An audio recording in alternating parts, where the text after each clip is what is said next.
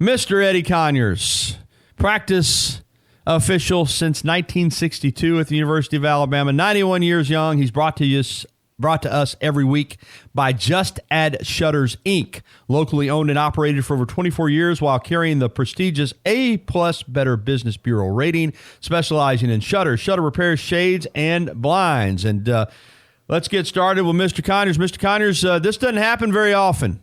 Alabama lost a football game last Saturday. And, you know, Gary, I don't know about you, but I hate losing more than I like winning. And I think Saban's almost to blame for that. He's won so much, he makes those losses worse. But they're going to come. I remember something Coach Bryant said one time, and somebody asked him if it was ever good to lose. And actually, he said he thought so, because you never lose, you don't know how to lose, and you got to know how to lose with class, and you got a chance coming back. And I think that fits this team. I think it's certainly got a chance to come back. Beginning tomorrow at Mississippi State against Western Carolina, against Auburn. My gut feeling is, Eddie, that, and this is just the way I feel, I'm curious if you agree, I think if Alabama wins these last three, they're going to find a way into the college football playoff. You can't tell me they're not one of the four best teams in America. I think right now LSU's the best team. So I think if Alabama wins these last three, they're going to get in. What do you think? You know what would be interesting? If they get in, it probably would be at fourth, which means they would play the number one team, which is LSU, which means that we'd wear them out like we did the last time. Yeah, and that's probably the way. You're right. If Alabama gets in, it'll probably be at 4. And LSU looks like they're going to be at 1. That would be some kind of rematch, no doubt about that. All right, being around the team this week, I know Coach Saban, his approach, we've talked about, it's the process. It doesn't vary a lot, regardless of what happens in the game. He comes back out and goes hard to work. What have you noticed from the team this week? I kind of this may sound kind of trite, but kind of a new resolve. I think.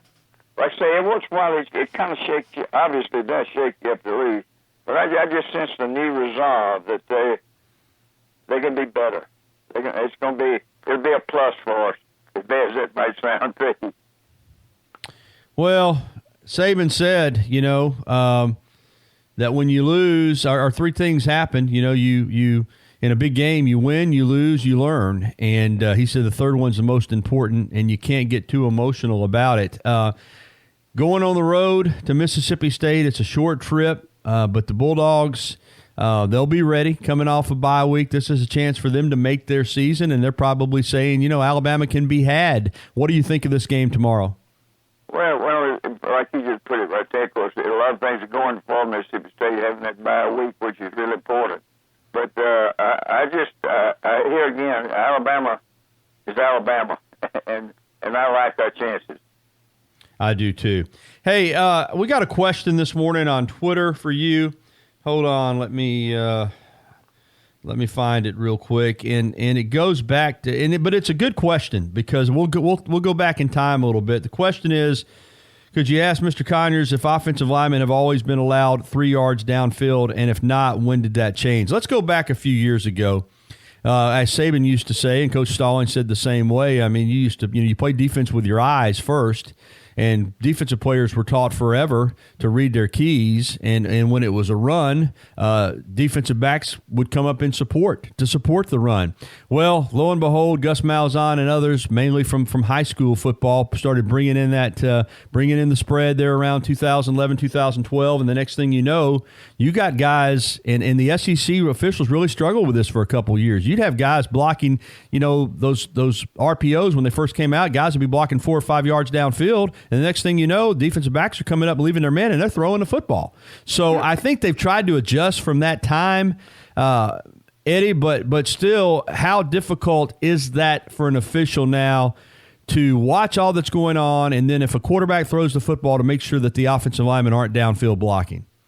I kind of wish, Gary, of course, if you're blocking and you get the best of your man and you're going him downfield, you're doing a heck of a good job. It used to be that if you remain contact, you didn't call it. But now it's almost across the board. If you're over 3 yards downfield, regardless of what happens, you're going to be coughing in nails for downfield. And I don't. That's not quite right. I would think if you're blocking, if you remain contact with your man, you're moving him backwards. It shouldn't be called if you go 20 yards downfield. But anyway, the rule kind of reads now, if you're 3 yards or over, regardless, but it makes it difficult. And then you've got to have one official to watch that. Mm-hmm. And normally it would be the umpire, which is right behind the defensive line, but he's got to be watching for holding inside the line there. So it kind of creates a situation. I just wish they would say, if you maintain contact, we're not going to worry about it. Calls are missed every game. That's just the reality of it. I think it's tougher on officials now because all the games are on TV, because there's slow motion replay and every mistake is pointed out. 40, 50 years ago, I think coaches always said officiating is part of the game. You just accepted it and moved on. But now it kind of lingers. And I want to take you back to a play in the LSU game. The replay thing for me, Eddie, is just it's hard to follow.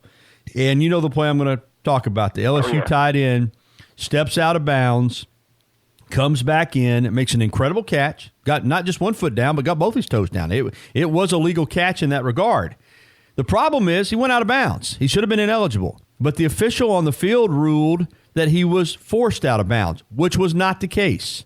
So everybody's like, well, we'll go to replay, we'll get it fixed. Well, the catch stood because the catch was good. The problem, as in the SEC scrambled to try to point this out, was that once the official ruled on the field that he'd been pushed out of bounds, that's not reviewable. No, you're right. That's not reviewable. And I've talked to someone, I won't mention the name, I'm not trying to be over secretive here, but I don't think he would like it, who probably knows more about this than anybody else. And he told me that he said, you just got to give a sense of value to the official. If any kind of contact's made, you almost got to assume that he forced him out. Now, the rule said if you go out, you've got to come right back in. But what didn't happen on that particular play, if a guy goes out of bounds, an official is supposed to mark it with his hat. And nobody did that. Mm-hmm, that's right. I guess what's frustrating to some fans, and again, you're in a tough spot because you're an official and you know how hard the job is, and I think most of us don't. I don't think most of us appreciate the fact that really on every play, there's probably a foul of some sort committed. And you can't throw a flag on every play. But I guess what's frustrating is if the idea of instant replay is to get the call right, then why wouldn't that be reviewable? Why wouldn't you be able to review whether or not he was pushed out or not? I think that's what frustrates some people is, well, we see on the replay that he wasn't forced out, but we can't change the call. I think a lot of people struggle with that. Well, I really think that would be addressed, and a lot of times the game is not, it could not be that big a game. That was a big game. Huge. That game had a lot of implications going down the road, and so that call was vitally important. But I think you'll see before long that you're going to have instant replay to be able to review that and make a ruling on it. I certainly hope so. Eddie Conyers with us. Mr. Conyers, you're popular this morning. And by the way, let me say this. If you want to call in and ask Mr. Conyers a question, we still got a few minutes. You can do so on the Bud Light Hotline at 205-342-9904. We've gotten so much feedback on this segment. People are loving it. And I got someone else just texted me a question for you, and it's a good question. I don't know the answer. Question is, how are the SEC officiating crews selected for each game? Is each crew graded? Is there like a number 1 crew down through like a number 14 crew? I know Steve Shaw, I guess, in the office make the decision, but how is a particular crew selected for the biggest game of the weekend? Well, the officials are graded severely. I say severely, but very comprehensively, and you are obviously assigned. One game is much more important than another, and certainly you put your number 1 crew, but you do have valuation of officials, and you know who's the best, one referee over another referee, and certainly you would give the best crews the top game. And that, like you say, Steve Shaw, I wouldn't have that job for nothing in the world because it's a thankless job, but he does a great job with it.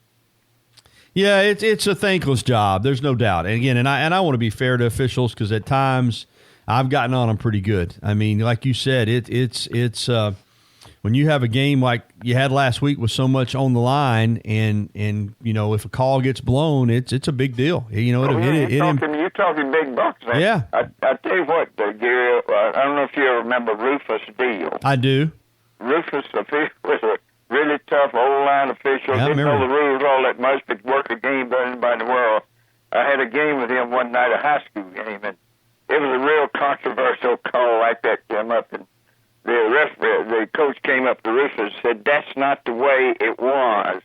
And Rufus said, "Unfortunately, Coach, that's the way it is."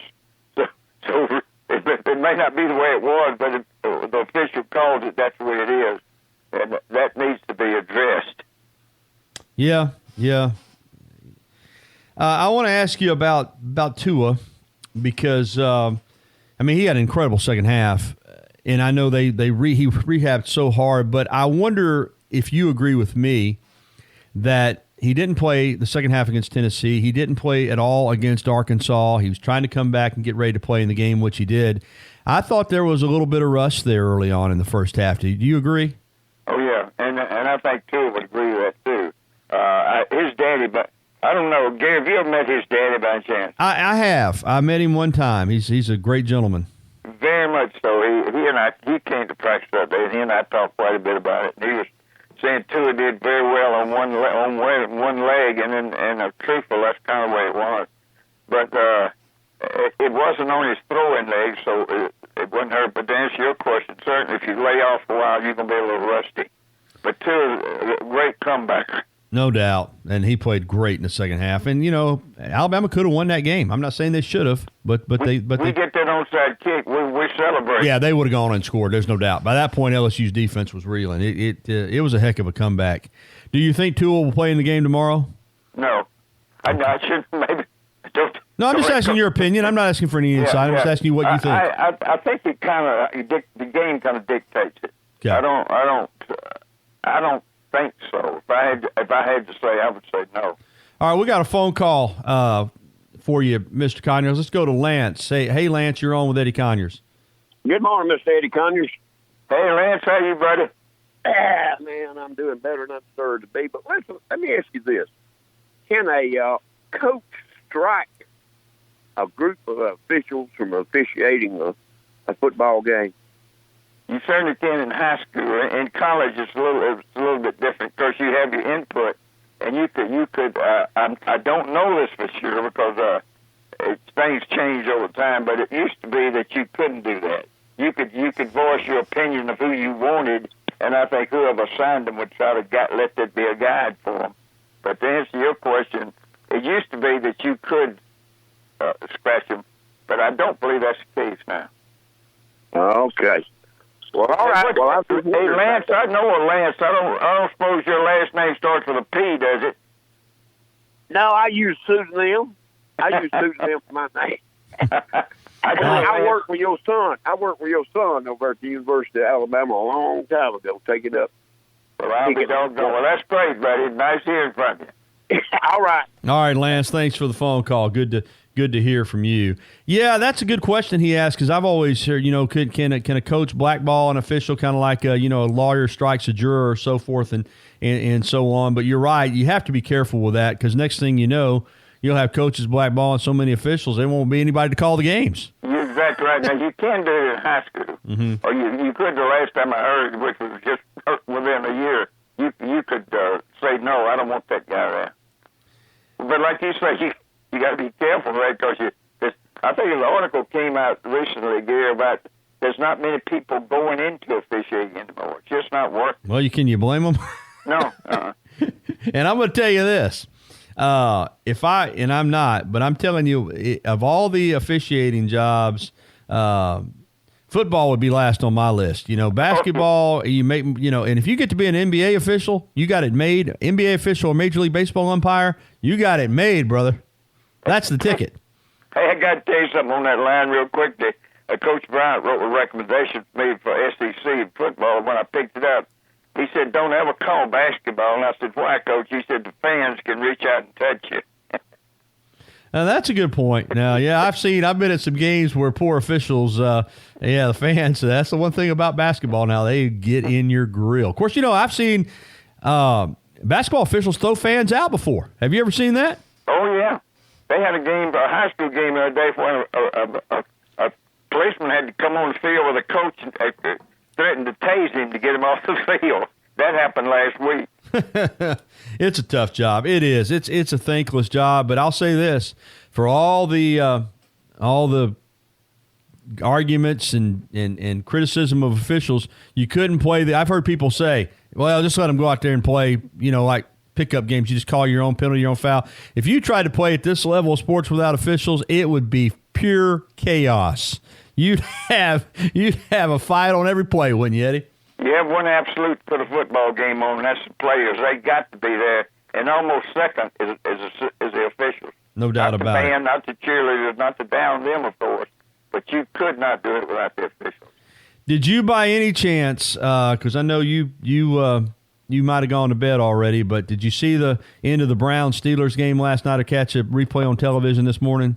No, I was watching Lawrence Welk, and I didn't see it. Yeah, you can't miss Lawrence Welk. Well, anyway, Myles Garrett, the defensive end for the Browns, right at the end of the game, pulled the helmet off the quarterback's head for the Steelers, Mason Rudolph, and hit him in the head with the helmet.